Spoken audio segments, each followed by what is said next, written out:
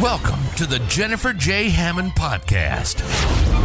Jennifer is a licensed realtor, educator, speaker, and best-selling author. Jennifer's goal is to help you find your yay in every day. Jennifer is grateful for the opportunity to educate, empower, and inspire you with powerful conversations, insights, and new viewpoints. Here's your host, Jennifer J. Hammond.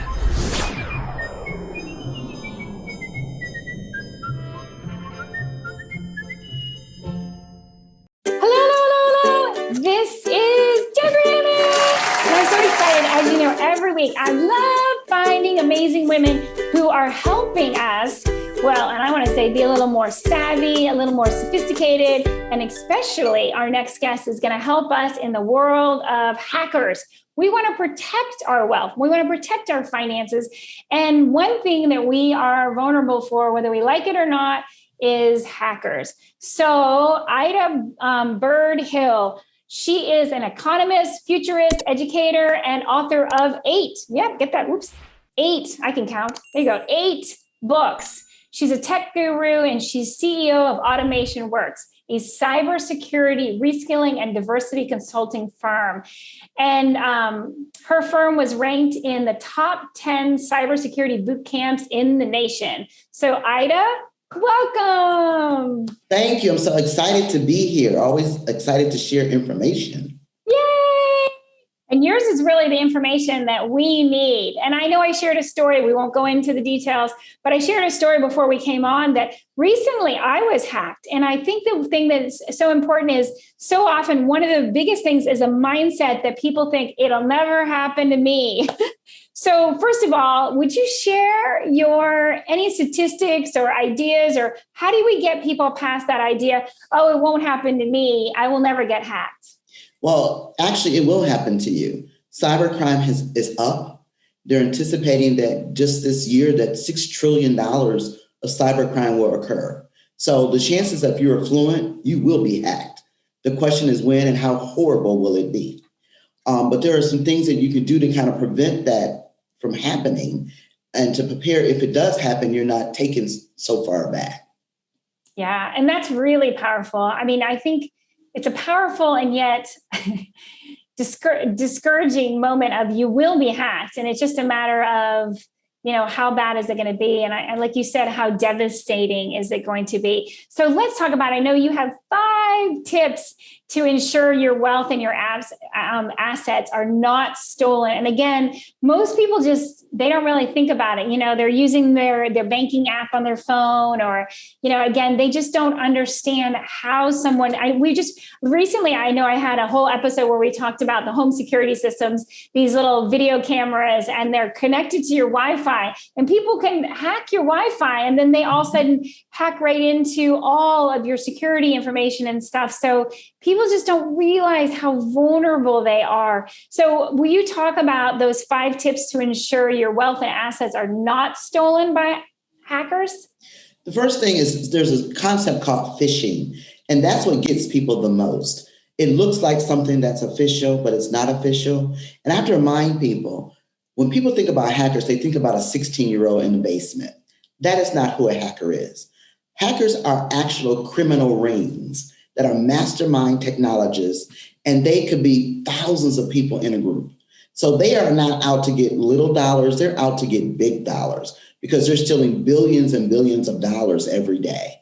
And so you have to remember that you have to protect yourself from someone who's very technological. And the first thing is that a lot of times they don't even need to hack your computer. We willingly put it on a silver platter and give it to them. And I'll give you a good example. You get an email from PayPal.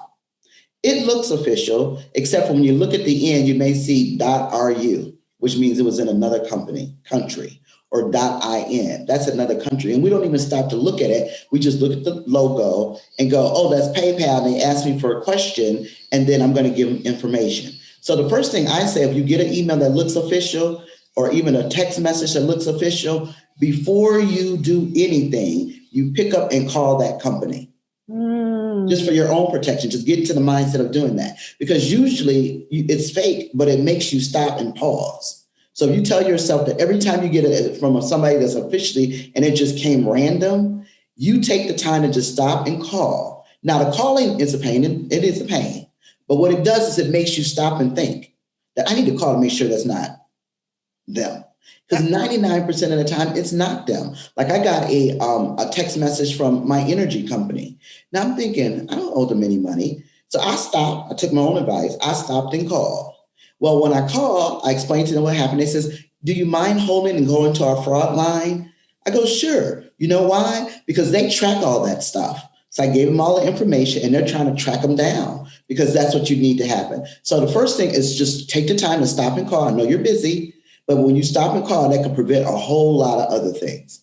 Yeah, I just had one that recently happened with Apple, and it was actually with one of my credit cards. The credit card company said, we saw some unusual activity on your account. And I thought, well, that's weird. And then I looked and it was a charge from Apple and it was only $2.16. And I thought, that's funny because, you know, most songs are like $1.99 or something. And then I was like, but the price number, it was like random, like $2.16 or $2.13 or something. I thought, and I don't remember buying a song recently, but of course I go so fast sometimes. I was like, I don't know what that is. And, you know, come to find out, of course, I have other charges on my credit card that are from Apple, but that one was exactly a hacker. And it was just a tiny little thing. And it made it onto my credit card. I don't know how, but I was really happy that the credit card company, and again, it was a pain. And I was thinking for $2, what does it matter? And then I thought, again, that little screech, you hear in your stomach that goes, something is a little off here. I was like, I can't believe I'm going to spend all of this time on $2, but I'm like, I do need to get to the bottom of this because guess what? It could go on and on and on and on and on. And you think about a hacker, if they get $2 out of what? 1 million accounts. And that happens more than you think because a lot of times they do sums even smaller, like 29 cents. Oh. Because what they're doing is to testing to see if your credit card will catch it or if you will catch it. And so most people ignore it. So my second step gets me back to the your 5 steps. Balance your checkbook. Most of us don't really balance our checkbook because a lot of the checking accounts have where they will show you what you spent. You kind of got a roundabout way of knowing how much you spent. But those 29 cents or 2 cents or 5 cents, they add up. But what happens, what a hacker does is they're dropping things to test to see if your credit card company, first of all, is going to catch it. And if the credit card company don't catch it, are you going to catch it? Yep. Because what they'll do, they'll start small. And if you don't catch it, they keep ratcheting it upward before it becomes really a problem. And they tend to use companies like Google, because we all use Google a lot, Apple, because we're not paying attention, PayPal, those type of companies are just small little random cents. And they're testing to see if you get caught. Now, a lot of credit card companies are very sophisticated. And I tell people, when your credit card company calls you, you call them right back. Because they are now gotten so sophisticated, they know your pattern. And when you deviate from your pattern, they will stop your credit cards because they will want to make sure it's you. And I'll give you a good example. I went into a neighborhood that was a small, economically disadvantaged neighborhood because I needed some gas. And I decided I wasn't going to pay the high rate that are on the highway. So I dropped into this neighborhood and all my credit cards got shut down. Every single one. I was one of them. And I was mad because I was like on E. So I called the one company and I was like, I'm calling because my credit card got shut down. They went, we know. And they asked me for all my identifying information. And I was like, why did you shut it down? Because I went to pay at the pump. I never pay at the pump. Wow. So when I stuck that card in at the pump and I stuck in a couple of them, they went boom, boom, gone. Because I don't pay at the pump. And then the reason I normally don't pay at the pump because hackers can hack the pump. Yeah. But because I was in such a hurry, I deviated from my norm because I was like, let me just get in here, get this gas and get out of here. And my credit card company said, nope. And after the 5 cards I tried, every single one of them shut me down. So I had to call them back and got myself. And then, so I was delayed anyway. So the time that I would have normally just walked into the gas station, paid in the gas station and went out, I didn't even save any time. So it was just terrible. So my thing is understand you do have a norm, understand what your norm is, and don't deviate from it. If you don't ever pay at the pump, don't start. Because now that sets off a lot of fraud alerts at your credit card company because you have deviated out of your norm. The second thing that goes with that tip, and I tell people, and this was more important, if you're on your way out of town, particularly overseas or out of the country, call your credit card company and let them know you are going out of town. Because a lot of times when you go out of the country and it's not something that you normally do, if you don't take a lot of vacations, they will now stop your credit card because they don't know if the hacker is from out of the country. And so you just prepare for it. Call them up and say, hey, I'm going to be going out of town. I'm going to be gone these weeks, and I'm going to be using my card. Do you make sure it stays active? Now, you think that makes no sense, but it does, because they're trying to catch fraud and protect you from hackers when you can't protect yourself. And I've actually, a few times when I was applying that exact thing, as I called especially if I know I'm going to be going out of the country and I'm going to go to sometimes there's different times when I've gone on a trip and I'm going to go to multiple countries, and I've called the companies, the credit card companies. And it's funny because each one has a little bit of a different attitude, but every single one of them, some of them are like, we need to know, otherwise your card's going to be shut down in that country. Absolutely. Number two, some of them are like, no, you don't need to tell us, but it will actually help us, because depending on where you are and depending if you're using it in a restaurant or an ATM or different places, that will trigger a problem. And if we have the notes in your thing, then a real person, not just an algorithm, will look at the notes. And because sometimes when you're overseas, I've also had it happen where something gets shut down and then you can't get a hold of them. You're using the international number and you can't get a hold of them, or whatever. The Wi-Fi is not working. There's a million reasons where all of a sudden it doesn't work and you can't get to them. So if you call them all before you leave, that's a phenomenal tip. And I'm so grateful for you saying that. One other one that I wanted you to expand on before you go away from, which I think is so important, that so often people don't think about. And it's just, to me, it's one of those overlooked things that it's your regular normal patterns. And two things, and I'm sure you could talk and dig a little deeper into this, is that, like you just talked about the gas station. I actually learned a couple of years ago, I had a friend of mine who manages this whole, I was going to use the word fleet. I don't know, a whole bunch of gas stations for a company. And one of the things that he said is that on a regular basis, they're finding the scanners and what you were just talking about, the hackers put it into the gas station so that when you scan your card, there's also people who put videos up and they can video record stuff. But the scanner itself, to me, is just, it's so disturbing to think you scanned your card, you thought it was safe, and yet that's exactly how they're capturing them. And then they come in all these different ways by just putting a little bit of money. And if you're not paying attention, then it becomes a lot of money. And the other one is restaurants. I've had lots of friends that worked at restaurants, managers of restaurants, and they said that that's super frustrating, that often somebody has somehow hacked the restaurant scanner. So it's not necessarily the restaurant is the evil hacker, but it's somebody who has gotten into their credit card system. And so just by doing, scanning your credit card, which is so sad because, of course, I know a lot of times that makes people go, I just want to use cash everywhere. And unfortunately, as our world continues to go forward, that's not the solution. So can you dig into those a little bit deeper, and how can people protect themselves? And that's one of the reasons why I don't pay at the pump, because of the scanners. Anything that's outside, I don't do. So even if I go do an ATM, people say that's such an irritating. It is. Yeah. I'll go to an ATM that's in the lobby of a bank. Because what happens, anything that's outside, even ATMs, they have scanners. People can just put the scanner in, particularly if it's one of those ATMs that's outdoors. Yeah. I just don't do anything that's outdoors, because remember, hackers are technological gurus. And the reason they're hacked is to make money. And they make more money hacking than they would working a job, which is why they're hacking. Right. So I don't do anything that's on the outside, because that's easily to put a scanner in, to put an extra camera in, to do a whole bunch of things. But here's something that they even do that's even more deeper. They can take out the electronic system in a pump, in an ATM, and grab all your information. So even if they don't do the scanner, they can just, and some of them you've had a gall, they'll take the little part out of the ATM out, take it, get all the information, and have the utter audacity to put it back. So you wouldn't even know you got hacked. The bank don't even know it got hacked, because they will shut the camera down to pull out that little information that got all your computer chips and all of your information on it, scan all that information, and have the nerves to put that part back into the ATM.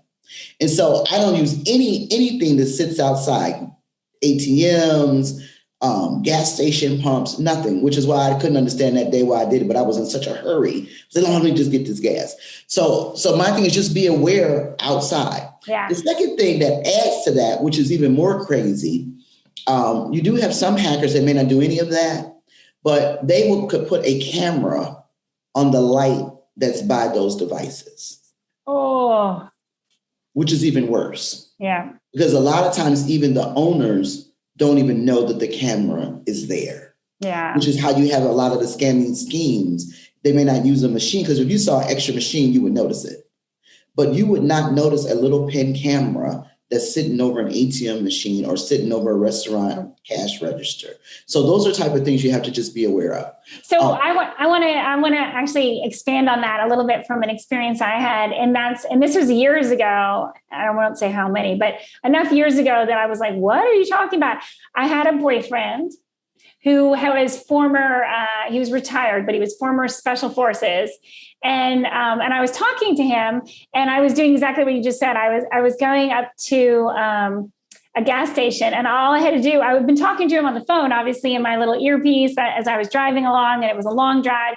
And he said, "You have to get gas." And he was really annoyed. He's like, "In the middle of nowhere, you have to get gas." And I said, "Well, yeah, because guess what? The gas tank's empty. I got to get gas." And he said, "I'm hanging up." And I'm like, no, I can talk to you while I pump. And he goes, no, you are not talking to me. And he started immediately. His first thing was what you just said. And I thought it was so important, because he said the first thing is for not only the hackers, but also for anybody who might be, lurking around. As soon as you're distracted talking on a phone, you're vulnerable. And that's so true, especially with hackers, like you were just talking about I would never even notice, mostly you would never notice that camera, but now this needs to become a game of awareness. Look around. So whatever you were doing, put the phone down, stop your phone call if you're going to an ATM. If you have to do something, even in a bank, make sure you're actually taking the time to use one of your best and most valuable skills. And that is just your skill of observing and being aware of what's happening around you, right? Mm-hmm. And I'm surprised that he didn't say anything about the phone, because the phone has a camera. The camera allows you to peer into everything. And so even when I have, most laptops, we have a webcam built in. I have a cover over my webcam. And people go, why? Because when you're not using your laptop, people can peer into your house through your webcam, through your phone, and see everything that you're doing. They also can get into your system that way, because if they're watching your habits, they know you better than you know yourself. Yeah. And so I keep a little piece of tape over my webcam when I'm not using it. Yeah. When I'm not using the phone, I shut it off. Yeah. I actually have a little smiley face that I put over my camera to remind me always to cover it. But I want to just tell you, because that story is so dated that I was telling you, we didn't have cameras on our phones. Oh, that was back then. That was some big gray phones. But let me tell you a story about the flip phone before even the flip phones had a camera on it. That's how long ago it was. So even those could be hacked, even if they don't have a camera. Because I was visiting the Navy in DC and got lost. And they said, pull over and just sit still. I pulled over and I sat still, and they came to me. Oh. Because remember, phones are powered by satellite. Yeah. And signals can be interrupted and received. So it doesn't matter whether you have a phone. Remember, hackers are technological gurus. And so they understand the system very well. So they can track you without the phone. Yeah. They can track you without the actual face on timing or the video camera on the phone, because the phone is attached to a satellite signal. So you have to be aware of that, and that, that the phone, while it's a wonderful thing, or I would die without mine, it is also an intrusion into your life beyond just people calling. Hackers know where you are for two reasons, because most phones have GPS location.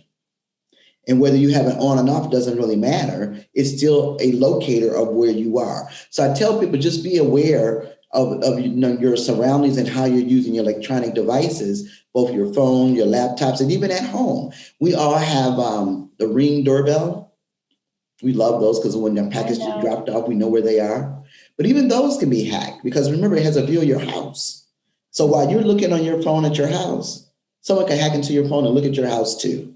So just kind of keep that in mind. So I'm not saying don't be anti-technology because I'm all into technology, but I'm saying just be aware because a lot of times hackers don't hack you. They are socially engineering your life. You are giving them information on a silver platter, not realizing you're giving them information because you're just not aware. Yeah. And so awareness to me is the biggest buzzword in cybersecurity because a lot of times people just aren't aware because they're in a hurry and you just have to be aware. Now, I don't use ATMs a lot for that reason. Mm-hmm. I've gotten to a point now that I will get up and go to the bank. Now, I know that it's so old school. It is. I also don't use certain accounts. So when I send money, which is my fourth tip, particularly for those who are doing real estate transactions and they're moving large amounts of cash, I only move large amounts of cash through the wire at the bank. Yeah. I don't do a whole bunch of the other sites, although I do like PayPal. I love them because they have the anti-fraud. I will do them. But other places, I just don't. Because a lot of the systems are not secure as you think they are. And so my thing is, unless they have a guarantee of your money, like the bank, if you send a wire and something happens, they have a guarantee. You send it through PayPal, they have a guarantee. If they don't have a guarantee of refunding your money if something went wrong, I wouldn't send my money there. But a lot of people don't even think about it. They just do it because it's easy. And sometimes you have to be much aware because while it's easy for you, it's also easy for a hacker. And so you need to make sure that wherever you're sending money, that there is a guarantee if it doesn't land where it needs to, they're going to give you your money back.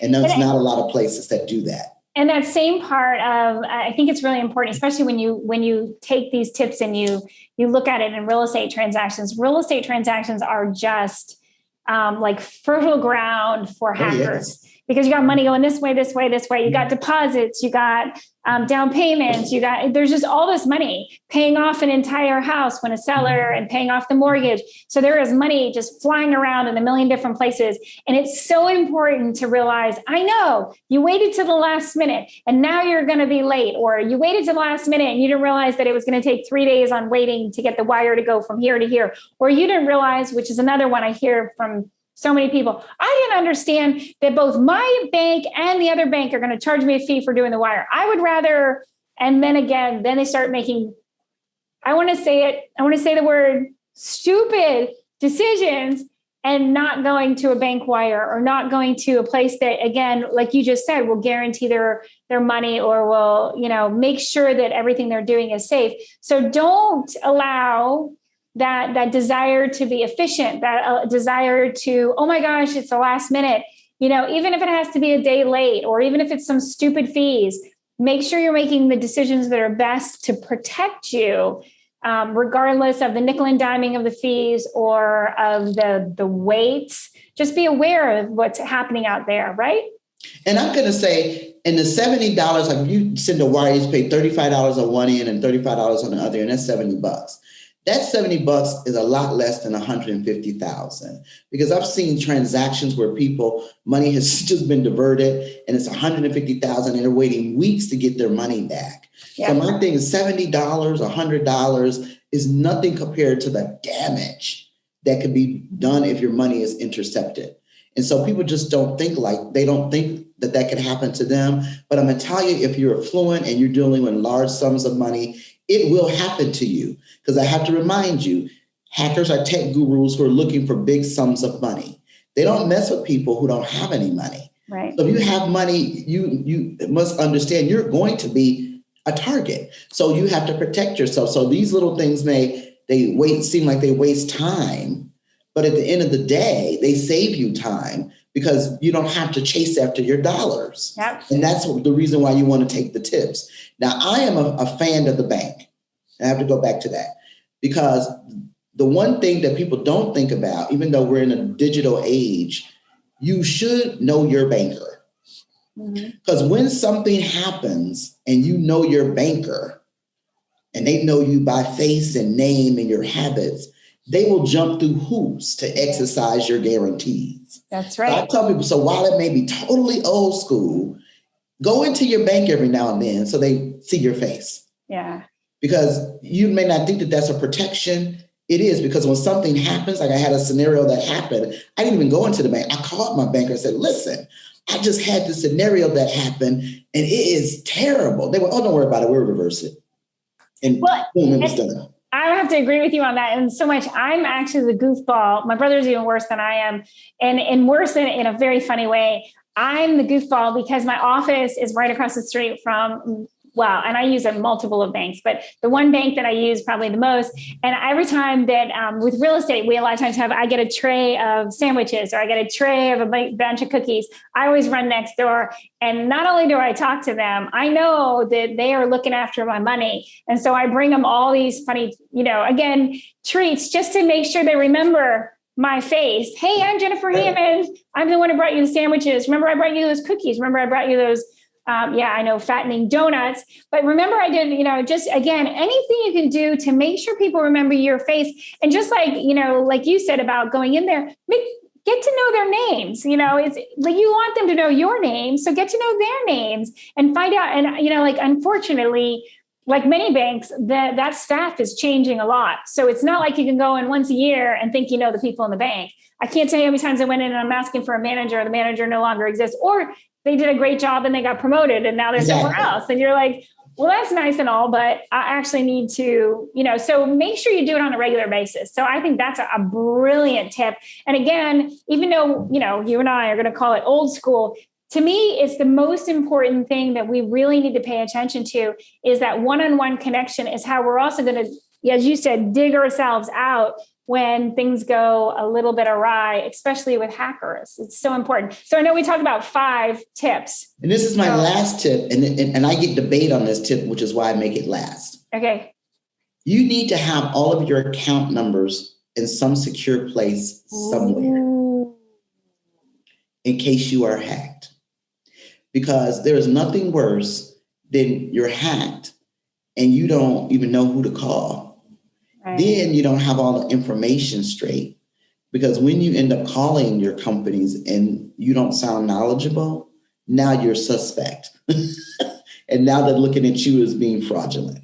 And so whenever I say it to people, they go, but that means that somebody can get all my information because I have it all in one place. That's true, but we got to put it someplace that's safe. Even if it's something as simple as dropping it in your safe deposit box or having a safe at home where you can lock it up. To have everything all in one space. And I don't mean just your credit card numbers, to have all your trust documents, everything that is very important to you, that if you lost it, it would just be dire straits for you, but to make sure it's locked up. Yeah. And I have little notebooks for that kind of stuff, because I'm also a very big believer in what you just said. And unfortunately, because life, hard knocks taught me that, because I have exactly those situations. And then I look like an idiot. I don't know what my account number is because the card's gone, or because my wallet got stolen, or whatever happened. And I just can't. I think I applaud you. Thank you for saying that. Thank you for sharing that tip, because that is something that, again, we so often just overlook it and we don't realize how incredibly powerful that is. So again, I know we're almost out of time. I would like, I'm known for saying, yay. And so one of the things that I love is for each guest to share, what is it that you do that creates yays in your day? Well, every time someone meets me, they ask me, how am I doing? And my favorite word is fabulous. People, what is it? Because when I say it, I feel fabulous. And then when they hear it, they feel fabulous. It stops them in their tracks. Because most people, when you say, how are you doing? Oh, I'm fine. Yeah. Well, I'm good. There's nothing really magical about that. But when I say, I'm fabulous, they go, oh, are you? It starts in the conversation. They smile. They feel good. I now smile and feel good. Now, does that always mean that I'm fabulous? Probably not. But the minute I say it, all of a sudden it changes my day. So I say it a lot. And so I tell people, find a happy word that you say, and you say it every day until you live it. And so when I say the word fabulous, eventually I'm going to be super fabulous, but I think I'm fabulous every day. I think that is such a beautiful, beautiful, incredible way to do it. And I love words like that. Like a lot of times I'll say the word amazing, because guess what? I could be amazing good, or I could be amazing not so good, depending on what's happening and what challenges and whatever I'm stuck in at that moment. And so I say the word amazing very similar to that. So I love that. And one thing I would suggest is look up some of the derivation and where that word came from, because some of the history on that might also make you giggle when you're sharing that as well, because it's so important that, again, we find a way to inspire others to be fabulous. Yes. So, yay. So lastly, I want to make sure that if anybody's interested in hiring you, your firm, and finding out more about how they can protect themselves from being hacked, where would they go? What resources do you have for them? Yeah, my firm is Automation Workz, and they can go to our website, which is www.workz.org.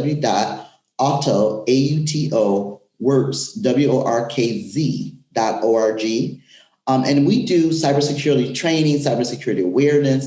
If you have a company that you want to make your employees aware of these 5 tips and others, we would love to come out via Zoom, online, or even in person to have those awareness seminars. And so you can always go to autoworks.org and you can reach us there. Well, thank you so much. I am so excited that we got to share this time together, and I know this is going to help